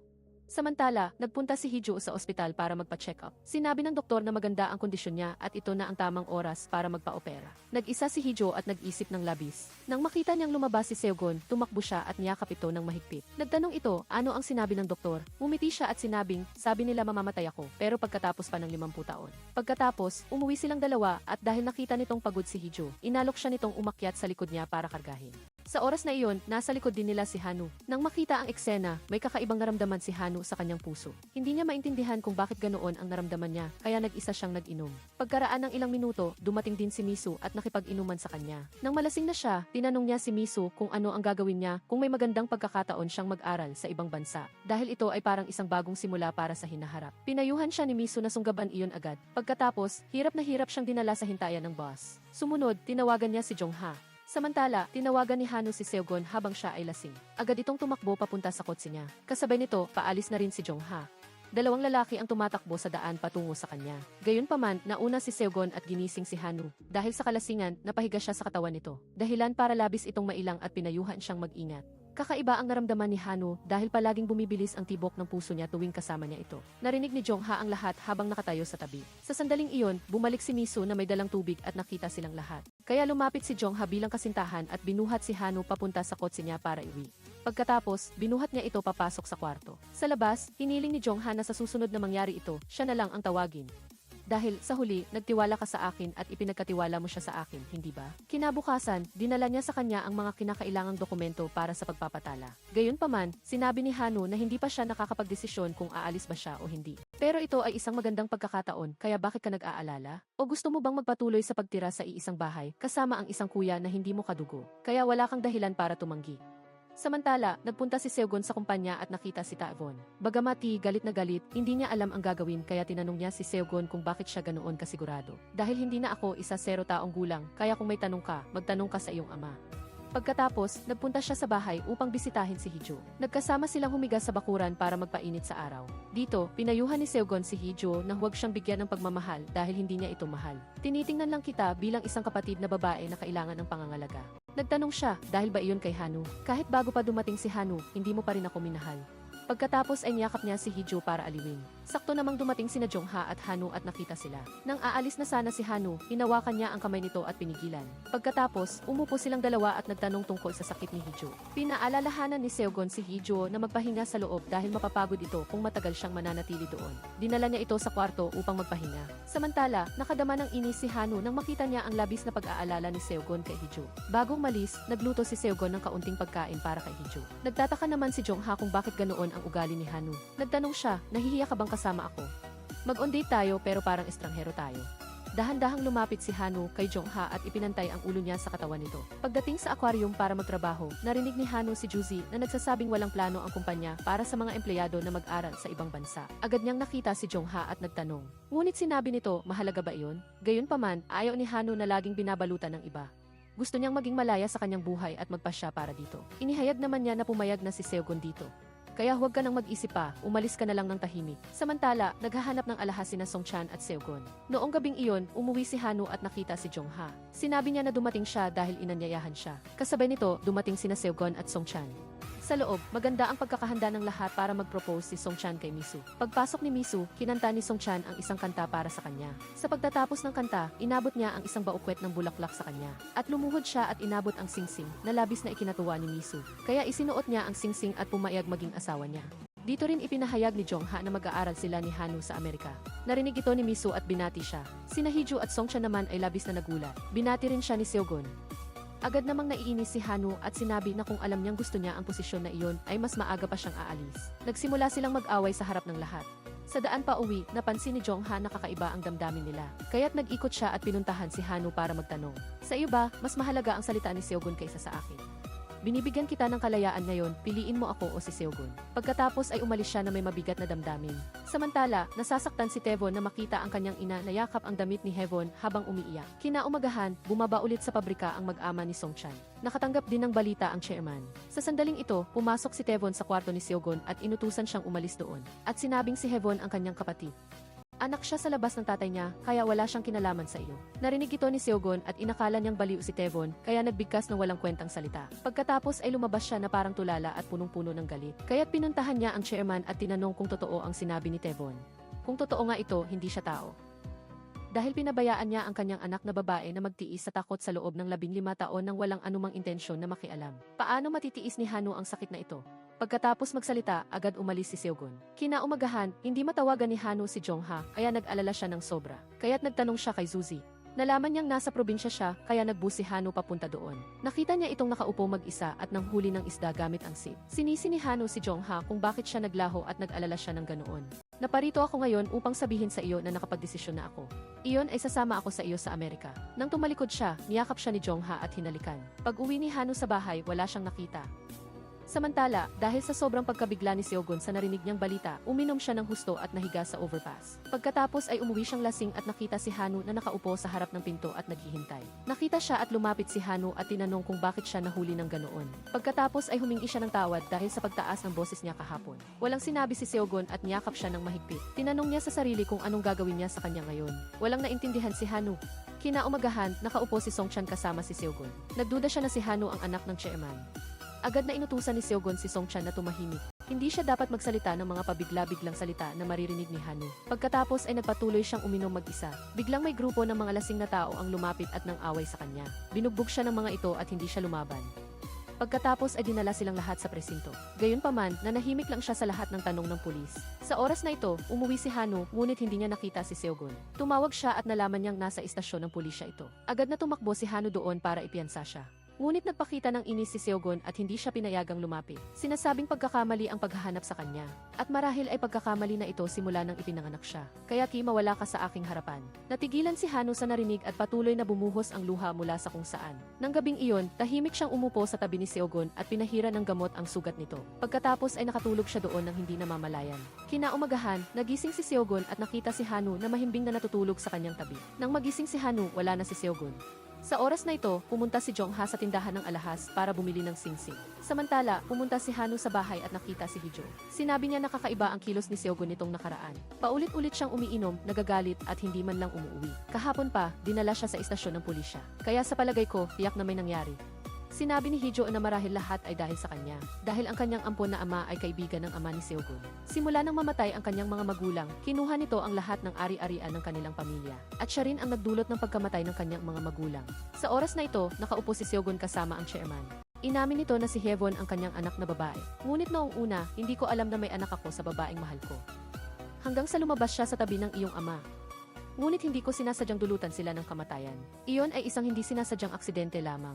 Gayunpaman, inaamin ko rin na kasalanan ko iyon. Ngunit kay Haewon, hayaan mong sabihin ko ang totoo para makahingi ng tawad. Nang umalis si Seogon sa kumpanya, may natanggap siyang text message mula kay Hanu. Kaya pumunta siya sa lugar ng kanilang tagpuan upang makita siya. Dito, sinabi ni Hanu na narinig niya ang kwento. Ngunit inakala niyang lahat ay hindi lang pagkakaunawaan. Dahil ang kanyang ama ay napakabait at hindi kayang gawin ang ganoong bagay. Kung gayon, sino ang pinaniniwalaan mo ngayon? Nakita ko ang lahat ng ito gamit ang sarili kong mga mata, kaya tiyak na hindi iyon pagkakaunawaan. Kasama ko si tatay sa loob ng 15 taon kaya alam kong hindi siya kasing nakakatakot ng iniisip mo. Pinoprotektahan mo ang nag-ampon sa iyo dahil itinuturing mo siyang tatay, hindi ba? Kung hindi mo pa naiintindihan ang lahat, manatili ka na lang dyan. Hindi kaya nagpaplano ka ng paghihiganti. Kung ganoon, hindi rin ako mananahimik. Kung gayon, anong plano mong gawin samantalang siya ang pumatay sa aking ama? Kaya hindi ko siya mapapatawad. Umuwi si Hano ng bigo at nakita ang chairman. Dito, sinubukan niyang sabihin kay Hano na siya ang biological niyang ama, ngunit tumakbo si Seogon upang pigilan ito. Ngunit sinabi ng chairman na ito ay problema ko at ng aking anak. Gayunpaman, sinabi ni Seogon na wala itong kinalaman kay Hano, kundi tungkol lang ito sa akin at sa inyo, at hinila si Hano palayo doon. Sa labas, niyakap niya si Hano at inamin ang kanyang damdamin. Pagkatapos, inihatid niya si Hano. Habang naglalakbay, tumawag ang chairman ngunit pinatay ni Seogon ang tawag. Dinala niya si Hano sa isang fishing village. Pinayuhan niya itong huwag mag-isip ng kahit ano at magsaya sila ngayong araw. Pagkatapos ay tumakbo silang dalawa sa dagat at naglaro. Nadama nila ang isang tunay na masayang sandali na magkasama. Pagkatapos ay nagpunta sila sa palengke at namili ng kung ano-ano. Habang nanonood sila ng nag-a-advertise ng produkto, dahan-dahang hinawakan ni Seogon ang kamay ni Hano. Habang masaya silang magkasama, si Jongha naman ay nag-iisang naghihintay kay Hano. Naghanda pa siya ng singsing para mag-propose. Ngunit matagal siyang naghintay at hindi pa rin dumating si Hano. Tumawag siya ngunit hindi ito makontak, dahilan para labis na mabigo si Jongha. Samantala, masaya si Hano sa isla kasama si Seogon. Si Jongha, naghintay sa bahay ni Hano hanggang umaga ngunit hindi pa rin siya nagpakita, kaya malungkot siyang umuwi. Samantala, tumawag si Seogon at humiling na makipagkita sa chairman. Pagkatapos ihatid si Hano sa trabaho, dumiretso siya sa kumpanya. Nagmakaawa siyang kalimutan na ang lahat at huwag na huwag ipagtapat ang totoo kay Hano. Bilang kapalit, tatanggapin ko rin ang pag-alis dito. Sa aquarium, pagkatapos ng trabaho, pumunta si Hano sa isang restaurant at nakita si Seogon. Kumain silang tatlo ng magkasama. Nagtaka si Jongha kung bakit hindi dumating si Hano sa kanilang date kahapon. Nakonsensya si Hano kaya yumuko lang siya. Hinayaan niya si Seogon na sumagot para sa kanya. Gayunpaman, hindi nasiyahan si Jongha. Kaya inutusan niya si Seogon na kumilos ng maayos bilang kapatid ni Hano simula ngayon. Ngunit sinabi ni Seogon na matagal na kaming nagkahiwalay. Paano mo malalaman ang damdamin namin? Kaya't kami lang ni Hano ang nakakaintindi. Pagkasabi nito, tumayo siya at umalis. Aalis na sana si Hano, ngunit pinigilan siya ni Jongha at inutusan siyang maghanda ng mabilis para pumunta sa Amerika. Ipinahayag ni Hano na hindi siya aalis. Nagalit si Jongha sa narinig at umalis doon. Nang gabing iyon, umuwi siya at umupo sa tabi ni Seogon at sinabi sa kanya na hindi na siya pupunta sa Amerika. Gayunpaman, gusto pa rin ni Seogon na pumunta siya doon at huwag na siyang bumalik dito. Narinig ito ni Hano at umakyat sa kwarto ng inis. Kinaumagahan, ipinahayag ni Hijo sa kanyang ama at kapatid na lalaki na babalik siya sa Australia. Kung hindi kayo sasama, aalis ako mag-isa. Pinayuhan ng ama si Hijo na magpa-opera dito, ngunit gusto niya itong gawin sa Australia. Naghinala si Songchan na sasama si Hijo kay Seogon. Agad siyang pumunta sa bahay ni Seogon at tinanong kung bakit siya aalis pabalik sa Australia sa ganitong mahalagang sandali. Gayunpaman, inutusan ni Seogon si Songchan na huwag nang imbestigahan pa ang chairman. At kalimutan na ang lahat. Gusto mo talagang tumigil? Kaya anong gusto mong gawin ko? Pagkatapos ay umalis si Songchan papunta sa kwarto ng malungkot. Nang gabing iyon, nakipagkita si Hano kay Songchan at humingi ng tawad. Ngunit sinabi niya na baka masyado lang akong sensitibo. Dahil noong araw na iyon, may gusto akong ibigay sa iyo. Inilabas ni Songchan ang regalo at ibinigay kay Hano. Binuksan niya ito at nakita na singsing ang nasa loob. Ngunit hindi niya ito tinanggap at ibinalik. Kahit alam kong mabuti kang tao, hindi sa iyo nakatuon ang puso ko. Nabigo sa pag-propose, malungkot na umupo si Songchan sa kotse at yumuko, umiiyak. Samantala, nag-impact si Hijo para bumalik sa Australia. Dumating si Seogon at pinakiusapan siyang maghintay ng kaunting panahon pa, pagkatapos ay sabay kaming aalis. Huwag kang magkamali, hindi na kita mahal ngayon. Mahal mo si Hano kaya gawin mo ang anumang gusto mo. At alam kong mahal na mahal ka rin ni Hano. Uminom ng labis si Seogon sa sobrang kalungkutan. Pagkatapos ay naglakad-lakad sa tulay at nakita si Hano. Dito, sinabi niya na mahal kita at niyakap si Seogon. Hindi mapigilan ang damdamin, lumingon siya at niyakap si Hano. Pagkatapos ay umupo sila ng magkasama, nag-iisip kung ano ang susunod na gagawin. Sa Taesung Group, inilista ng abogado ang lahat ng ari-arian na minana ni Seogon. Pagkatapos, pumunta siya para ibigay ang passbook at tiket ng eroplano kay Hijo. Sinabi niyang nakipag-ugnayan na siya sa kanila at pagdating mo ay agad kang operahan. Samantala, galit na pumunta si Songchan para makita si Seogon. Nagtanong kung bakit isinusuko niya ang lahat dahil kay Hano. Samantalang siya ay anak ng chairman, ang taong nagdulot ng kamatayan ng iyong ama. Ngunit sinabi ni Seogon na hindi iyon mahalaga. Bakit hindi mahalaga kung kailangan mong makita ang mukha niya habang buhay, na parang nakikita mo si Chairman Jingon? Sa sandaling iyon, hindi mo maiwasang maisip ang iyong ama. Pagkatapos ay tinanong niya kung alam ba ni Hano ang tungkol dito. Ngunit ayaw ni Seogon na malaman ni Hano. Ayaw niyang saktan si Hano dahil hindi niya kasalanan. Kung malalaman niya ang totoo, baka umalis siya dahil sa sakit. Inakala ni Songchan na baliw na si Seogon. Gayunpaman, sa sandaling ito, nakita ni Tevon si Hanu at sinabi sa kanya ang buong katotohanan. Upang kumpirmahin ito, pumunta siya sa kumpanya at nakita ang chairman, tinanong kung siya ang kanyang biological father. Nang makumpirma, tumakbo siyang malungkot. Pagkatapos ay yumuko sa hagdanan at umiyak ng humihikbi. Pagkatapos ay tinawagan niya si Seogon para mag-usap. Dito, nagpasalamat siya sa lahat ng isinakripisyo nito para sa kanya. Pagkatapos ay dahan-dahan siyang humalik sa noo ni Seogon, umaasang hindi niya siya malilimutan. Dito rin sila naghalikan sa unang pagkakataon. Bago bumalik sa Australia, nakipagkita si Hijo kay Hanu. Hiniling niyang mangako ito sa kanya na huwag iwanan si Seogon. Sa ganoong paraan, nakaramdam na siya ng kapayapaan. Gayunpaman, habang pauwi, inatake si Hijo. Nang umuwi ang kanyang ama at kapatid, nakita nila siyang nawalan ng malay.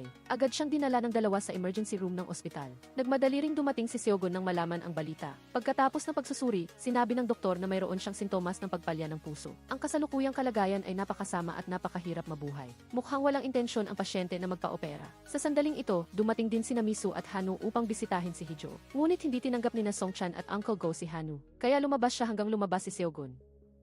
Sinabi niya na hiniling ni Hijo na mangako siya na huwag siyang iwan. Kaya tandaan mong tuparin ang iyong pangako sa kanya. Hindi nagtagal, nagising si Hijo, sinigawan siya ni Seogon kung bakit hindi niya sinabi na nasasaktan siya. Kung patuloy kang magtitiis ng ganyan, mamamatay ka. Siguradong mas matagal pa ang buhay ko kaysa sa iyo. Kaya bakit ayaw mong uminom ng gamot? Hindi mo kailangang mag-alala, babalik ako doon ng mag-isa. Kahit wala ka, mabubuhay pa rin ako ng maayos. Ngunit paano kita pababayaan na bumalik doon ng mag-isa sa ganitong kalagayan? Sa labas, nakita ni Uncle Go si Hanu. Sinabi niya na simula pa noong bata sila, si Hijo at Seogon ay magkasama na, parang anino. Kaya malalim ang pagmamahala ng dalawa. Ngunit simula nang dumating si Hanu, nagbago ang lahat. Ang sitwasyon ni Hijo ngayon ay wala nang kinalaman kay Seogon. Si Seogon ay isang tunay na malungkot na hamak, kahit na kami ay pabigat sa kanya. Ngunit ikaw naman ay parang kutsilyo sa kanya. Sa usapin ng konsensya, hindi ka dapat makasama ni Seogon. Dahil hindi mo maaaring pakasalan ang anak na babae ng taong pumatay sa kanyang ama. Malungkot na bumalik si Hanu sa aquarium. Nagtanong si Jongha kung anong nangyayari sa kanya. Sinabi niya na siya ang sumira sa buhay ni Seogon. Dahil ang pumatay sa kanyang ama ay ang aking ama. Kahit alam kong masakit, hindi ko siya iiwan. Sa halip, mas mamahalin ko pa siya. Para makabawi sa sakit na dinanas niya. Pag-uwi niya, nakita niya ang chairman. Sinabi niyang nagkamali siya, kaya patawarin mo siya. Patawarin kita dahil sa ano? Dahil ipinanganak mo ako, o dahil iniwan mo kami ng aking ina? O dahil pinatay mo ang aking ina? Hindi kita mapapatawad. Pagkatapos ay umalis siya ng galit at pumasok sa loob ng bahay. Pagkatapos, tumawag siya at humiling na makipagkita kay Seogon. Sinabi niyang ang lahat ng ari-arian ay ibinalik sa kanyang pangalan. Pagkatapos ay tinanong kung mahal niya talaga si Hanu. Ngunit tiningnan lang siya ni Seogon at hindi sumagot. Nang makita niya si Songha, nalaman niyang alam na ni Hanu ang katotohanan tungkol sa kanyang ama. Agad niyang hinanap si Hanu sa lahat ng dako. Bumalik siya sa isla na pinuntahan nilang dalawa at nakita siya. Kaya lumapit siya at pinayuhan siyang huwag mag-isip ng sobra. Dahil kahit ano paman, hindi tayo maghihiwalay. Sa loob ng 15 taon na nabubuhay ng wala ka, palagi kong tinatanong sa sarili ko kung bakit ako nabubuhay. Ngayon ko lang nalaman na nabubuhay ako para makita kang muli.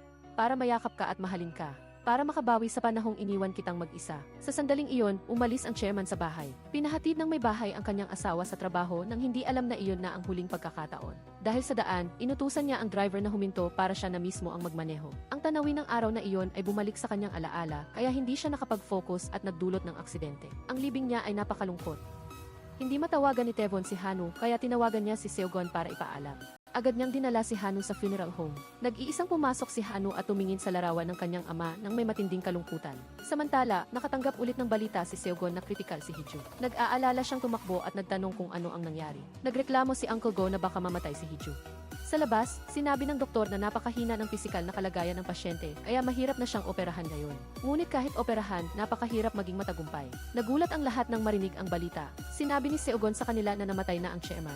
Kinaumagahan, pumunta siya sa bahay ni Hijo. Sinabi niyang gusto niyang bumalik sa Australia. Gusto niyang maglakad kasama si Seogon sa beach. Matulog sa tabi niya at nagtanong kung hindi ba siya maaaring sumama sa kanya. Ngunit paano iwanan ni Seogon si Hanu muli? Alam niyang nag-aalangan siyang magdesisyon nang marinig ang sinabi ni Hijo. Pinayuhan ni Songchan si Seogon na huwag maging mahina. Kung mahal mo talaga si Hanu, manatili ka dahil may karapatan kang maging masaya. Pag-uwi, nakita niya si Hanu. Sinabi niyang nagdesisyon ang kanyang ina at si Taewon na manirahan sa Amerika. At nagdesisyon siyang sumama kay Hijo sa Australia para sa operasyon. At ngayon, dinala niya si Hanu sa iba't ibang lugar upang maranasan ang mga bagay na hindi pa nila nagawa. Gayunpaman, ang lahat ng kasayahan ay may katapusan. Paghatid kay Hanu, nagpaalam si Seogon kahit na siya ang kanyang pag-ibig. Si Hijo ay isang taong hindi niya maaaring iwan. Mahigpit na niyakap ni Seogon si Hanu sa kanyang bisig. Sinabi niyang hihintayin kita na bumalik gaano man katagal.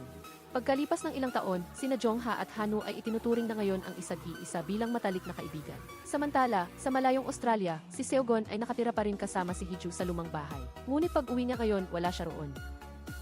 Dahil nagdesisyon si Hiju na umalis para makabalik siya sa Korea at makita ang mahal niya. Sapat na ang isinakripisyo niya para sa kanya. Nag-isang bumalik si Seogon sa kanyang bayan, pumunta sa mga lugar na itinuturing na alaala nilang dalawa. Pagkatapos ay pumunta siya sa aquarium at nakita si Hanu na nagtatrabaho sa tangke tulad ng dati. Nagkita silang dalawa ng may pag-aalangan. Sa huli, hinintay din ni Hanu ang pagbabalik ni Seogon upang magkasama silang tumungo sa isang mas maliwanag na hinaharap. Dito na nagtatapos ang pelikula.